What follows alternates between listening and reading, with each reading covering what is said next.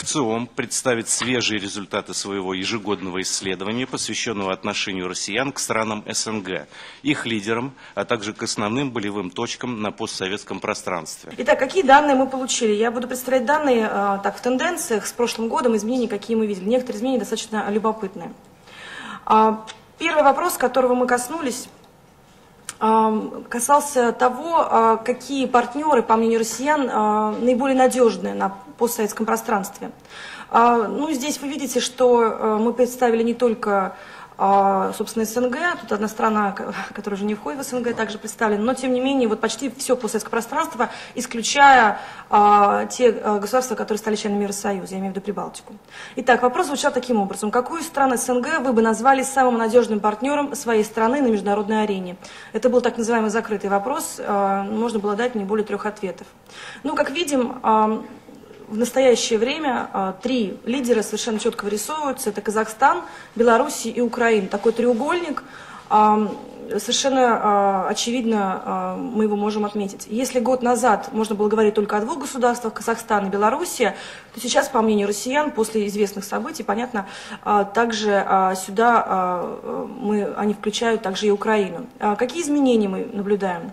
Безусловно, проблемы последнего года, которые достаточно активно освещали средства массовой информации, проблемы между Белоруссией и Россией, руководством наших государств, не могли не сказаться на оценках общественного мнения, на таких популярных оценках того, насколько надежно партнерство с той или иной республикой. Так вот, к сожалению, должна констатировать, что за последний год в 2 раза меньше россиян считают, что Белоруссия по-прежнему остается самым надежным партнером нашей страны на международной арене.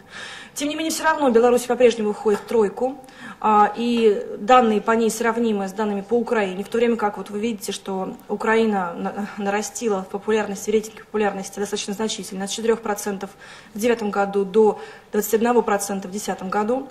Беларусь в 2 раза потеряла в оценках. А вот что касается Казахстана, тут также мы видим рост.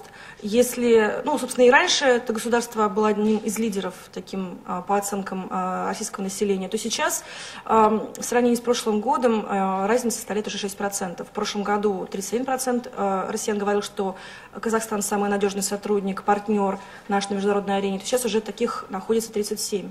Ну и вполне ожидаемо государства, с которыми отношения не самые радужные, особенно вот Грузия, вообще плетутся в самом конце. Тут об этом даже и говорить много уже не надо, это очевидно. Что касается стран Центральной Азии, здесь, я думаю, прежде всего других государств, да, Таджикистан, Туркмения, Киргизия, Узбекистан. Здесь, на самом деле, об этом речь идет очень мало в российском медиаполе. Каких-то ярких событий не происходило, ни конфликтных, ни дружелюбных, дружественных не происходило. И, безусловно, конечно, это сказалось и на общественных оценках. Идем дальше. Второй вопрос, который мы задавали, тоже традиционный вопрос. Какие из ниже перечисленных стран вы считаете наиболее стабильными и успешными? Это такой, знаете, рейтинг, российский рейтинг успешности, успешных государств. Опять-таки мы видим 3 лидеров: Казахстан, Белоруссия и Украина. Приблизительно с теми же тенденциями. Пойдем снизу. Да? Украина снова нарастила в популярности. И тут любопытно, видите, стабильные и успешные. Отчасти, я думаю, это не столько объективная оценка, сколько субъективное восприятие того, что то руководство, которое находится сейчас у руля Украины, по крайней мере, воспринимается более дружелюбным, более дружественным в отношении России. На 2-м месте Белоруссия. 1/3 опрошенных россиян считает, что это одно из наиболее стабильных и успешных государств на постсоветском пространстве. Хотя, конечно, здесь тоже мы видим падение с 41% до 31%. Казахстан, также 1/3 опрошенных россиян считает, что это наиболее стабильное и успешное государство. Причем в популярных оценках Казахстан набрал очков с 29% до 34%. Середнячки – это Кавказ, Закавказье, Армения, Азербайджан, ну и дальше те же самые страны оказываются в самом хвостике. Грузия, Киргизия, опять-таки, по понятной причине события недавние относительно, и Таджикистан. 3-й вопрос касался того, как мы оцениваем, как россияне оценивают лидеров на пространстве СНГ. Кто из следующих лидеров стран СНГ вызывает у вас наибольшее доверие? Также можно было назвать нескольких лидеров. Тут вы видите, есть лидеры, те, которые фигурировали в прошлом году и в нынешнем году.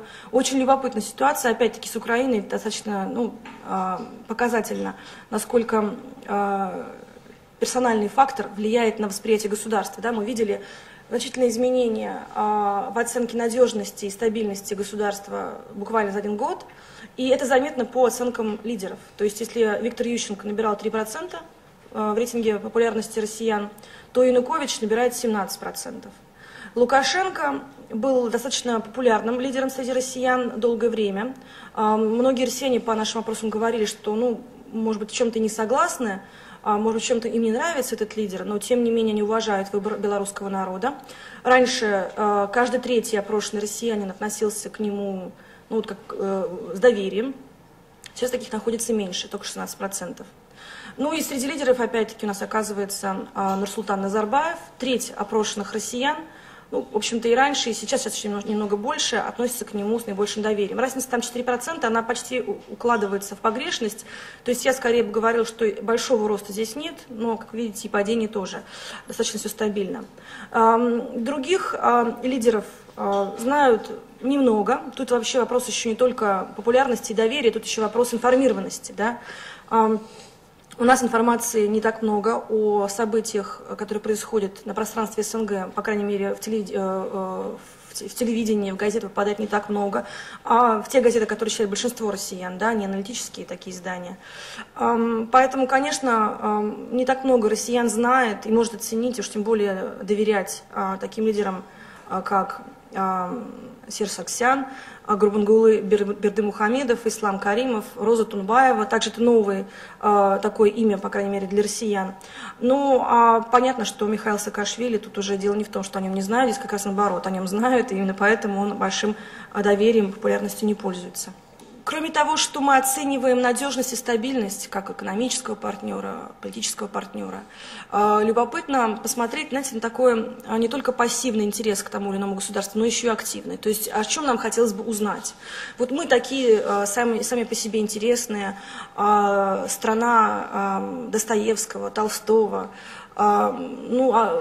Что нам еще интересно было бы узнать о наших соседях? Вот мы так 20 лет назад разошлись по разным уголкам, да, но все, тем не менее жизнь не заканчивается, наверное, какое-то любопытство существует. И вот любопытство, которое вызывают другие государства, наши соседи, оно говорит о многом. Видите, какие большие были различия между государствами, партнерами, троица вот это, да, Беларусь, Украина, Казахстан, и в каком хвосте плелась, например, Грузия. Здесь такого большого различия нет. На первом месте по интересу к культуре и достопримечательностям стоит Белоруссия, затем Украина, опять-таки рост в 3 раза, и Казахстан. Затем с небольшим отрывом Армения и Молдавия. Государства, такие как Грузия, Азербайджан, Узбекистан, вызывают также любопытство со стороны опрошенных россиян, но в целом, видите, половина опрошенных затрудняется дать ответ на этот вопрос. Как правило, среди затруднившихся оказываются либо люди действительно незнакомые с вопросом, либо равнодушные. То есть здесь либо те, кто, собственно, не знает, а что есть такого интересного у соседей.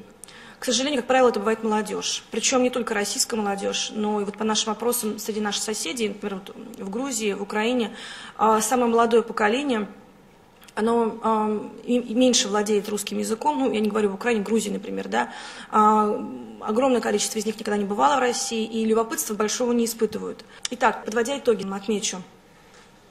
Очевидно, что в настоящий момент россияне считают Казахстан самым надежным партнером России на пространстве СНГ. Более трети опрошенных сказали об этом. Белоруссия, лидировавшая в этом рейтинге год назад, теперь занимает 2-е место. Но, тем не менее, также это одно из лидерских мест. Посмотрим, что будет в дальнейшем, после окончания выборного сезона в этой стране. Украина, напротив, укрепила позиции с 4% до 21%. Значительно укрепила позиции. Конечно, политический фактор имеет большое значение в этой связи. Из всех лидеров стран СНГ наибольшее доверие россияне оказывают президенту Казахстана Нурсултану Назарбаеву. Каждый третий опрошенный отметил, что относится к этому лидеру с наибольшим доверием.